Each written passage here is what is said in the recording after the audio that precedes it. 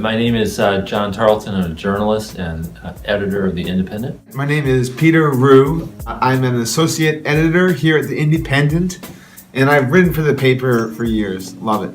So my name is Elia Gran. I am the social media manager at the Independent, and I'm a journalist, and I've been working for the Indy for about 1 year now. I'm Frank Reynoso. I'm art coordinator for the Independent, and I've been working with the publication for over 13 years now. My name is Nicholas Powers, and I teach literature at a state college, and I have been writing for the Indies since 2003.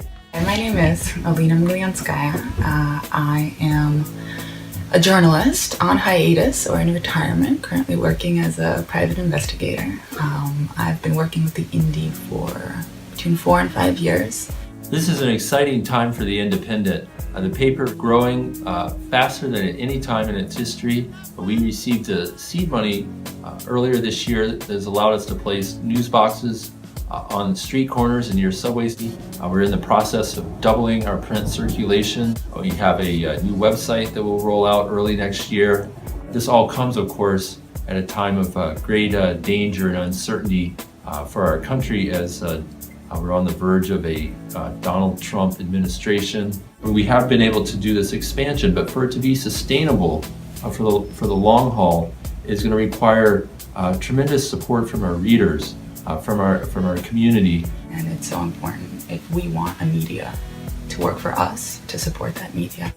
In a city like New York, with such a huge amount of people and such great diversity and with such other media outlets, it's amazing that the Indy even has a say, but it's because it's so unique and it's got such rich content. The process starts with a big meeting once a month where all the writers and the volunteers and just the community around the Independent is invited, and we brainstorm about what are the most important issues we want to focus on in the next edition of the Independent. I try to read a lot or watch a lot of what's going around the world and link it up with what's happening in New York. But for the most part, if it's a creative nonfiction piece, I try to examine what my emotions and the emotions of other people are and fit them into a story, and what is the overall drive that's having the scenes one after the next. If it's a political critique piece, I try to see what are the arguments and do they help clarify things or obscure the issue, and try to make things as clear as I can for the reader. We come back and they start sending us stuff in. They start sending articles into the office, and we're also, while this is all going on, working with a team of designers. My role is we're commissioning illustrations from illustrators for the paper and facilitating communication between the editors and the artists. It's about getting the best work possible. I mean, that's what we all care about, the artists and the editors and myself. All this effort culminates in a big all-night blowout where we look at all the little components of the paper and make sure it is just right.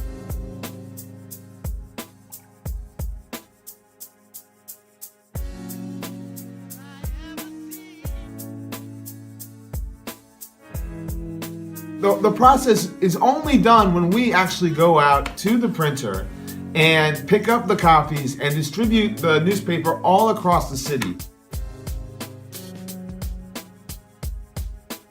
From the earliest days, the paper had this tremendous spirit of people wanting to contribute something, of people willing to work incredibly hard. It's always the underdog, very few resources and a lot of hard work. That spirit has been in the paper from its earliest days, and here we are 16 years later, and that spirit is still there. I learned of the Indy while volunteering at an anarchist bookstore, and the newspaper was distributed there, so I would just constantly read it. I just asked if I could start writing articles. So over the course of my writing life at the Indy, the writing that I did changed, and so the space that it allowed for me to grow is what kept me coming back to the Indy, because it offered something that very few other places could. I personally think of it as something that works sort of in concentric circles with the core staff, and we have writers and photographers and volunteers and people in the social movement community.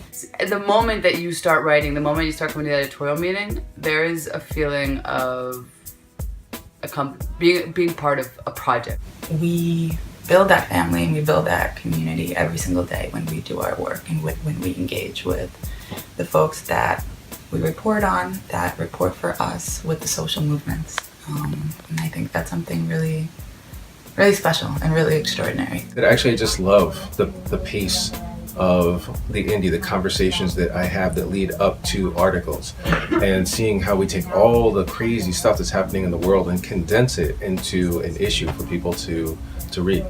Our best work is ahead of us, and I think more people are going to be coming into contact with the Independent in 2017, and we're excited about that.